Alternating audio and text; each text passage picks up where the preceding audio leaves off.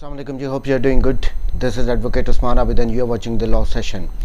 We are doing Kanun Shahadat Order 1984 and we have already done up till chapter 2 and today we are going to start chapter 3 और ये relevancy से related है, relevancy of facts. So let's see what article 18 states. Evidence may be given of fact in issue and relevant fact. ये heading है इस article की. ये एक जनरल आर्टिकल है जो कि हमें बता रहा है कि किन किन चीज़ों से रिलेटेड हम एविडेंस दे सकते हैं. Evidence may be given in any suit और प्रोसीडिंग ऑफ द एग्जिस्टेंस और non existence of every fact in issue. पहली बात ये आ गई कि किसी भी सिविल केस में, किसी भी क्रिमिनल केस में हम लोग गवाही दे सकते हैं फैक्ट इन इशू से रिलेटेड. फैक्ट इन इशू होता है the main dispute between the parties, जो प्रिंसिपल फैक्ट होता है, जो डिस्प्यूटेड फैक्ट होता है, मेन इशू होता है किसी भी प्रोसीडिंग्स के दौरान, चाहे वो सिविल हो चाहे हो criminal. And such other facts as are hereinafter declared to be relevant. या तो फैक्ट इन इशू से हमने रिलेटेड अपनी एविडेंस प्रोड्यूस करनी है या फिर रेलिवेंट फैक्ट से रिलेटेड. रेलिवेंट फैक्ट्स वो फैक्ट्स होते हैं जो फैक्ट इन इशू तो नहीं होते, जो मेन इशू तो बिटवीन द पार्टीज नहीं होते, बट वो कनेक्टेड होते हैं with the fact in issue which helps to get fact in issue proved. So जो हेल्प आउट करते हैं फैक्ट इन इशू को प्रूव होने में या डिसप्रूव होने में, उनको रेलिवेंट फैक्ट कहते हैं. सो आर्टिकल 18 में हमें क्लियर कट बता दिया गया है कि सिर्फ फैक्ट इन इशू या रेलिवेंट फैक्ट से रिलेटेड हम एविडेंस दे सकते हैं और किसी फैक्ट से रिलेटेड हम एविडेंस नहीं दे सकते.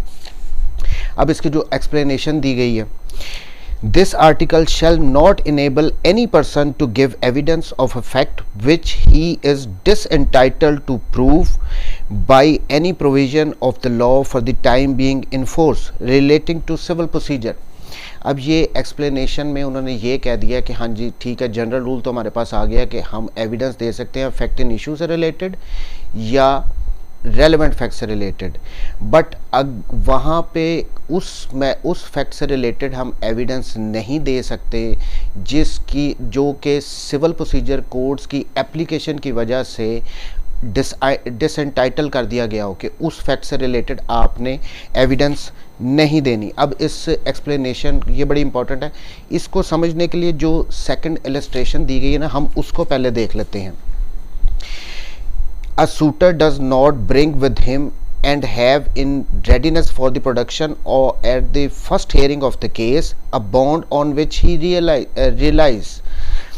तो यहाँ पे वो कह रहा है कि जो बंदा किसी बंदे ने एक सिविल सूट फाइल किया और उसने रिलाई करना था किसी बॉन्ड पे और वो उसके पास अवेलेबल ही नहीं है, उसने उसको प्रोड्यूस ही नहीं किया. वो शुरू में हमने ऑब्वियसली एक लिस्ट लगानी होती है जिसमें हमने बताना होता है कि हम किन डॉक्यूमेंट्स पर रिलाई करेंगे. ना तो उसके पास वो उस वक्त अवेलेबल था, ना उसने उसको लिस्ट में लिखा. तो अब लॉ तो यही है कि अगर आपने शुरू वाली लिस्ट में नहीं लिखा, सीपीसी तो यही कह रही है, तो अगर आपने कोई डॉक्यूमेंट मेंशन नहीं किया तो उससे रिलेटेड आप एविडेंस नहीं दे सकते.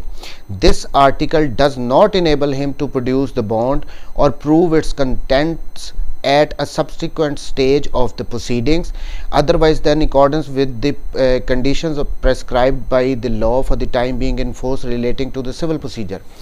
तो यहाँ पे उसने कह दिया, चूँकि सीपीसी ने कहा है कि अगर आपने किसी डॉक्यूमेंट को प्रूव करना है तो आपने उस पर रिलाई करना है, अगर तो आपने उसको लिस्ट में शुरू में मेंशन करना है.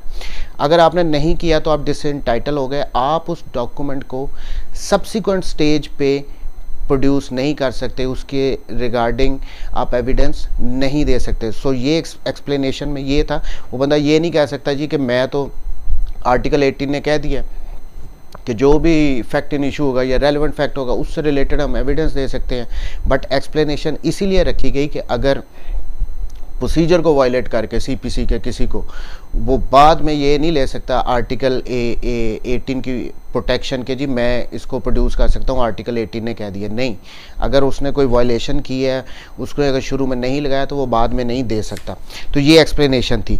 अब मेन आर्टिकल 18 की तरफ आए जिसने कहा था कि फैक्ट इन इशू या रेलेवेंट जो फैक्ट है उसी से रिलेटेड आप एविडेंस दे सकते हैं। तो सो इलस्ट्रेशन ए, जो पहली इलस्ट्रेशन थी वो देखते हैं। A is tried for the murder of B by beating him with the club with the intention of causing his death. A का कोई मर्डर ट्रायल हो रहा है जिसमें ये कहा जा रहा है कि ए ने बी को किसी क्लब, किसी स्टिक से हिट उसको मारी है, जिसकी वजह से उसकी डेथ हो गई है और उसकी इंटेंशन भी थी। At A's trial the following facts are in issue. तो कौन से फैक्ट्स हैं जो फैक्ट इन इशू होंगे इस सारी ट्रांजैक्शन में, इस सारे ट्रायल में फैक्ट इन इशू क्या होंगे। A is beating B with the club, कि ए ने बी को स्टिक से मारा है, ये फैक्ट इन इशू होगा। ए कॉजिंग बीज डेथ बाई सच बीटिंग, और ए ने बी को मारा था इस वजह से उसकी डेथ हो गई है, ये फैक्ट इन इशू होगा। A's intention to cause B death, या फिर ए की इंटेंशन थी कि उसने बी को मारना है, तो ये तीनों फैक्ट इन इशू होंगे इस केस में कि क्या ए ने बी को मारा है। ये इलस्ट्रेशन थी। सो ये एक जनरल आर्टिकल था, आर्टिकल 18, जिसमें मेनली यही बताया गया कि हमने जो एविडेंस देनी है ना वो फैक्ट इन इशू से देनी है या रेलिवेंट फैक्ट से देनी है। फैक्ट इन इशू की हमें समझ आ गई, जो कि इसमें इलस्ट्रेशन भी दे दी। अब आगे आर्टिकल 19 टू आर्टिकल 69, ये वो आर्टिकल्स हैं जिनमें वो फैक्ट्स बताए गए हैं जो रेलिवेंट फैक्ट हैं, जो एडमिसिबल होंगे कोर्ट में, जिनसे रिलेटेड आप अपने केस में, चाहे वो सिविल हो चाहे क्रिमिनल हो, आप एविडेंस दे सकते हैं। सो आर्टिकल 19 टू आर्टिकल 69 ये वो रेलिवेंट फैक्ट्स बता रहा है जिनसे रिलेटेड हम एविडेंस दे सकते हैं। So article 19, relevancy of facts forming part of the same transaction, ये हेडिंग है। इसी आर्टिकल को रेस जेस्टा भी कहते हैं। अब आर्टिकल को देखते हैं कि आर्टिकल क्या आता है। Facts which though not in issue are so connected with the fact in issue as to form part of the same transaction, यानी वो फैक्ट्स जो कि फैक्ट्स इन इशू तो नहीं है, लेकिन वो फैक्ट इन इशू से इस तरह कनेक्टेड हैं, इस तरह जुड़े हुए हैं कि वो सेम पार्ट ऑफ ट्रांजैक्शन बन रहे हैं, उनको हमने रेलिवेंट फैक्ट कहना है। Are relevant whether they occurred at the same time and place और at different times and places. अब यहाँ पे आगे उसने ये एक्सप्लेन कर दिया। देखें, वो कह रहा है इस आर्टिकल 19 में कि वो फैक्ट्स जो कि फैक्ट इन इशू नहीं है, जो कि मेन डिस्प्यूट नहीं है between the parties, but they are connected with the fact in issue, और इस तरह वो फैक्ट इन इशू के साथ कनेक्टेड है कि वो part of the same transaction है, पहली बात। और दूसरी बात कि या तो वो सेम टाइम पे हुए हों या डिफरेंट टाइम्स पे हुए हों वो फैक्ट्स, वो सारे रेलिवेंट फैक्ट कहेंगे। अब इसको रेस जेस्टा भी कहते हैं। तो ये भी इसमें एक जनरल रूल बता दिया गया है कि वो फैक्ट्स जो कनेक्टेड होंगे वो रेलिवेंट फैक्ट होंगे, फैक्ट इन इशू के साथ जो कनेक्टेड होंगे। अब इसको अगर एग्जांपल्स देखें तो, इलस्ट्रेशंस देखें तो उससे ज़्यादा हमें क्लियर होगी कि ये आर्टिकल हमें कहना क्या चाह रहा है। Illustration number 1, A is accused of murder B. A पे ये इल्ज़ाम है कि उसने बी को मर्डर किया बाय बीटिंग हिम, उसको मार के उसको मार दिया है। वट एवर वॉज सेड और डन बाई ए और बी और the by standards at the beating. तो जब ए ने बी को मारा, उस वक्त ए और बी के दरमियान क्या बातें हुई, वहाँ पे जो लोग खड़े थे उन्होंने क्या बातें की, उन्होंने क्या देखा, और सो शॉर्टली बिफोर और after as to form the part of same transaction is a relevant fact. तो ये सारी जो है ये ए की ट्रांजैक्शन को बता रहे हैं। फॉर इंस्टेंस अब इस एग्जांपल को लेके चलते हैं। ए ने बी को मारा, ये उस पर इल्ज़ाम है। अब मारने से पहले ऑब्वियसली अगर उसने कोई बात कही है, उसने उसको कोई ललकारा मारा है कि मैं तुम्हें नहीं छोड़ूंगा, रेलिवेंट फैक्ट है। वहाँ पे लोग खड़े थे, वो सुन रहे थे, वो देख रहे थे कि ए उसको कह रहा है कि मैं तुझे नहीं छोड़ूंगा, तो ये रेलिवेंट फैक्ट है। फिर ए ने बी को मारना शुरू कर दिया, रेलिवेंट फैक्ट है।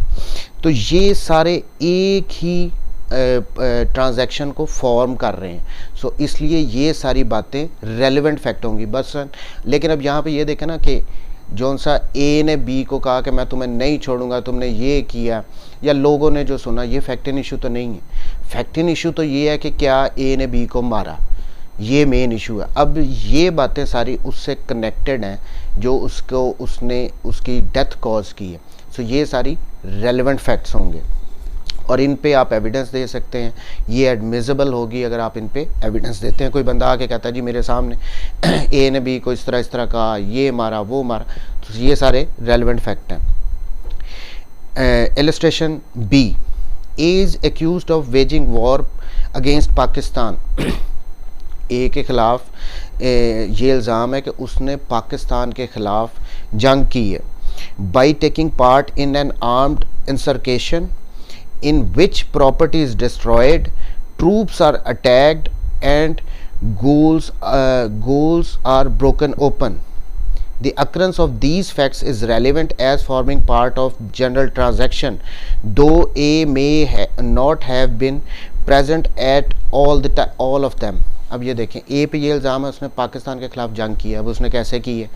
उसने कोई बंदों को हायर किया है, फिर उनको वेपन प्रोवाइड किए हैं, फिर उन्होंने एक जगह पे जाके अटैक किया है, फिर उन्होंने दूसरे शहर में जाके अटैक किया, फिर तीसरे में जाके अटैक किया है। अब ये जो ए था इसने हर जगह पे प्रेजेंट तो नहीं था, लेकिन ये जो से एक्ट्स किए गए at different places at different times, ये सारे भी रेलेवेंट फैक्ट्स हो गए क्योंकि ये part of the same transaction है जो वो पाकिस्तान के ख़िलाफ़ जंग उसने शुरू की हुई है। सो ये रेलेवेंट फैक्ट्स हैं, ये एडमिसिबल फैक्ट्स हैं, इनके बारे में गवाही दी जा सकती है। Number 3, A sues B for libel contained in a letter forming part of a correspondence. यानी ए ने कोई बी को एक लेटर लिखा है जिसमें उसने कोई उससे हद तक अमेज़ बातें लिख दी हैं। Letters between parties relating to the subject out of which libel arose and forming part of the correspondence in which it is contained are relevant facts, though they do not contain the libel itself. अब वो ये कह रहा है कि एक कोई ख़त लिखा है ए ने बी को जिसमें उसने कोई गालियाँ लिख दी हैं, कोई हद तक अमेज़ बातें लिख दी हैं जिससे उसकी रेपुटेशन को नुकसान हो रहा है, को अखबार में कुछ छाप दी। लेकिन अगर उनके दरमियान कुछ और भी कॉरेस्पॉन्डेंस हुई हैं, कोई ख़त पहले भी लिखे गए हैं, दो उनमें कोई इस किस्म की बातें ना लिख दी हों, लेकिन वो रेलेवेंट होंगे इसको प्रूव करने के लिए कि जी पहले भी ये इसने कोई ऐसी बातें लिखी हैं, नहीं लिखी हैं।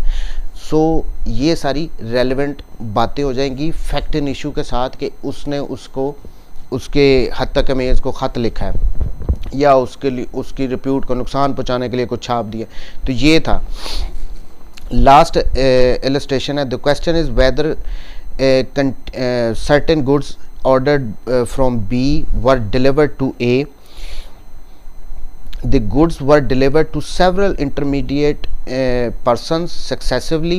Each delivery is relevant fact. A ने B को कहा कि जी कोई ऑर्डर प्लेस किया, फॉर जैसे हमारे आजकल हम ऑनलाइन ऑर्डर्स करते हैं, कोई ऑर्डर किया, बी ने वो उसको डिलीवर कर दिया, बट ए ने कहा मुझे तो पहुंची नहीं है। अब ए ने मुख्तलिफ जगह पे उसी ट्रांजैक्शन में उसी दौरानिए में जो डिलीवरीज की हैं और लोगों को, वो भी रेलेवेंट फैक्ट होंगी। वो कहता है जी मैं तो जाके दे के आऊँ, इससे पहले मैं इस बंदे को दे के गया, इससे पहले मैं इस बंदे को दे के गया।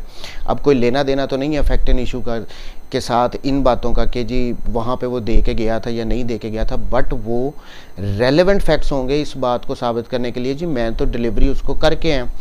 तो यहाँ पे ये सारे जो बातें हैं ये सारी रेलेवेंट फैक्ट्स हैं जो फैक्ट इन इशू को के साथ कनेक्टेड हैं और they are part of the same transaction. इसको रेस जेस्टा कहते हैं। अब एक हमारे पास एक जनरल रूल है कि हेयर से एविडेंस इज़ नो एविडेंस, इसकी कोई एविडेंट्री वैल्यू है ही नहीं। और ऐसे ही है कि सुनी सुनाई बात, अगर मुझे किसी ने, मैं जाके किसी केस में गवाही देना शुरू कर दूँ जी कि मुझे बी ने बताया है कि वो सी ने डी को मारना था, अब ये एक हेयर से एविडेंस है, इसको कोर्ट ना एडमिसिबल है ना इसकी कोई वैल्यू है, कोर्ट सुनती भी नहीं है इस बातों पे, ना कन्विक्शन होती हैं। अब लेकिन ये जो रेस जेस्ट है ये एक एक्सेप्शन है इस हेयर से एविडेंस की, क्योंकि इसके अंदर सुनी सुनाई बातें भी कई दफ़ा रेलेवेंट होती हैं, उनसे रिलेटेड आप एविडेंस दे सकते हैं। मसलन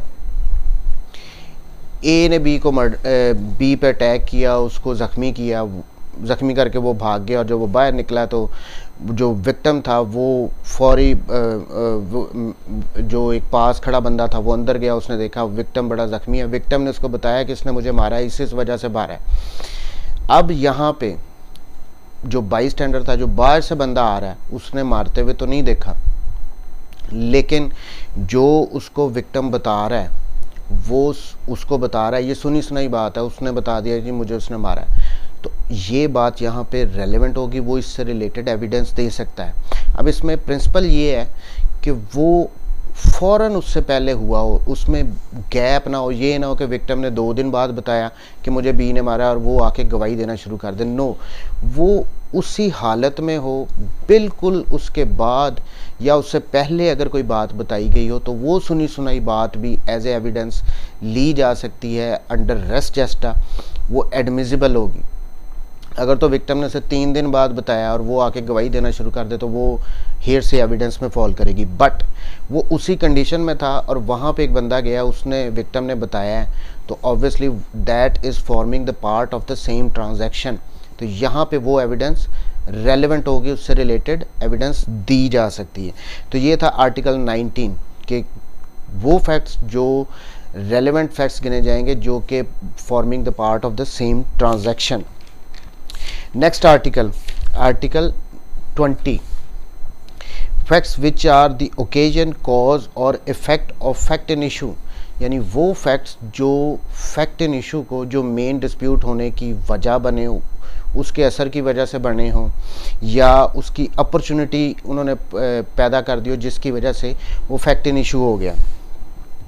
states facts which are the occasion, cause और इफेक्ट इमीडिएट और अदरवाइज ऑफ रेलेवेंट फैक्ट और फैक्ट इन इशू। यहाँ पे 2 बातें होगी। अब यहाँ पे एक आर्टिकल 18 में हम पीछे पढ़ के आए हैं कि हम एविडेंस दे सकते हैं या तो फैक्ट इन इशू से रिलेटेड या रेलेवेंट फैक्ट से रिलेटेड, बट यहाँ पे आर्टिकल 20 में एक एडिशन कर दी गई। यहाँ पे कहा गया है कि हम या तो फैक्ट इन इशू से रिलेटेड एविडेंस दे सकते हैं या रेलेवेंट से फैक्ट से रिलेटेड, या उन फैक्ट्स से भी रिलेटेड हम एविडेंस दे सकते हैं जो रेलेवेंट फैक्ट के आगे रेलेवेंट हो। देखते हैं, दोबारा देखें इसको।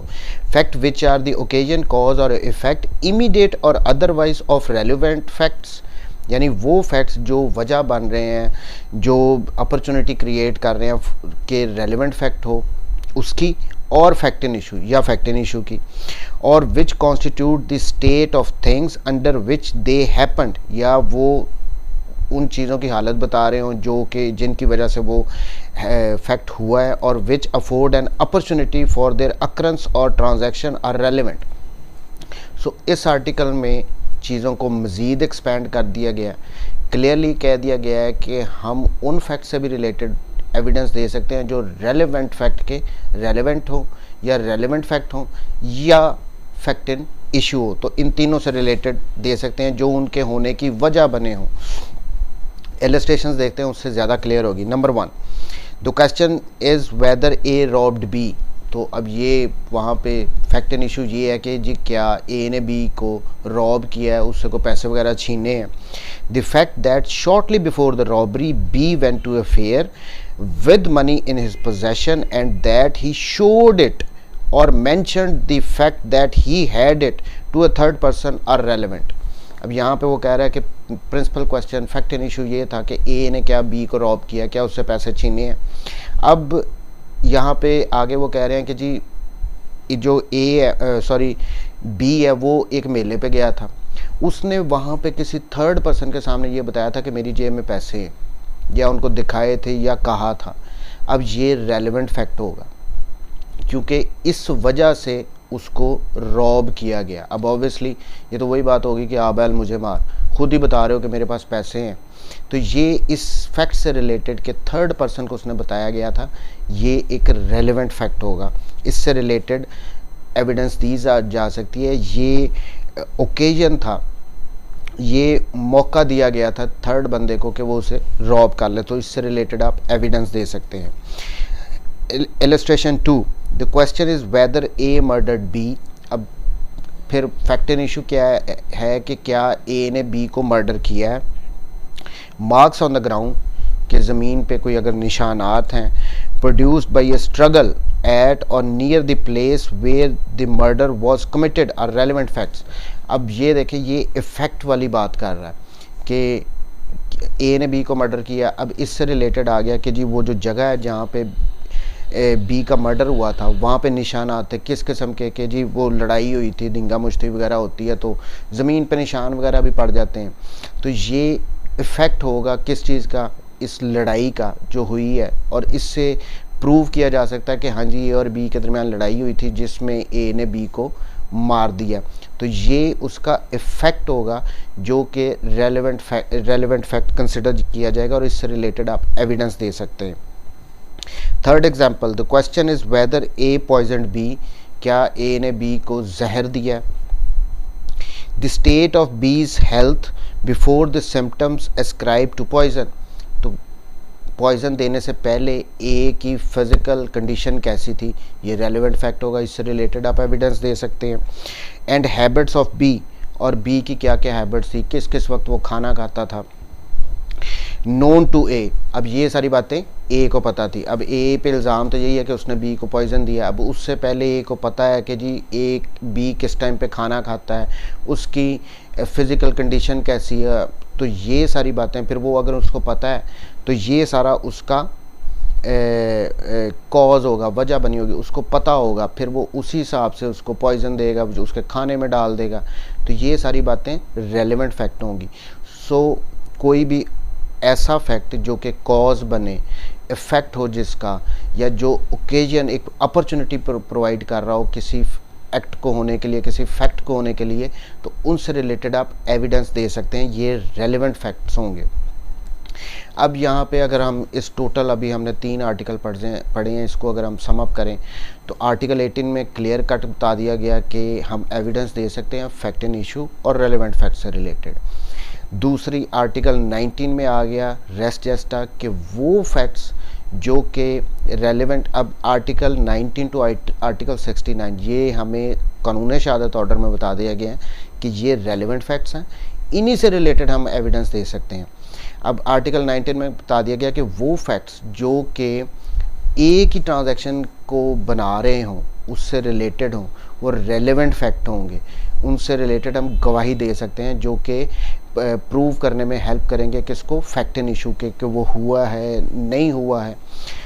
आर्टिकल 20 उससे आगे मज़ीद फर्दर रेलिवेंट फैक्ट्स को बता रहा है कि कौन से होंगे। अब इसमें यहाँ पे एक बात आ गई कि fact and issue, relevant fact, और उन फैक्ट से रिलेटेड भी हम एविडेंस दे सकते हैं जो कि रेलिवेंट फैक्ट्स के भी आगे रेलिवेंट हो, जो कि वजह बनी हो, जिन्होंने अपॉर्चुनिटी प्रोवाइड की हो, जिनकी इफ़ेक्ट जिनका शो कर रहा हो फैक्ट एंड इशू के होने का, एग्जिस्टेंस का या नॉन एग्जिस्टेंस का। तो ये थे आर्टिकल 18, 19, 20।